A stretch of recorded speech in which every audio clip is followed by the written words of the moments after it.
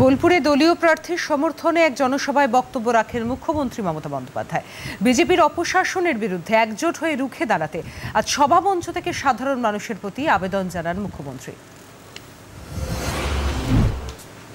সব লুট করে নিয়েছে, নোটবন্দির সময় জনগণের টাকা লুট করেছে, কালো টাকা ফেরত আনবে বলে লুট করেছে, প্রত্যেকের অ্যাকাউন্টে 15 লাখ টাকা দেবে বলেছে, 1 পয়সাও দেয়নি।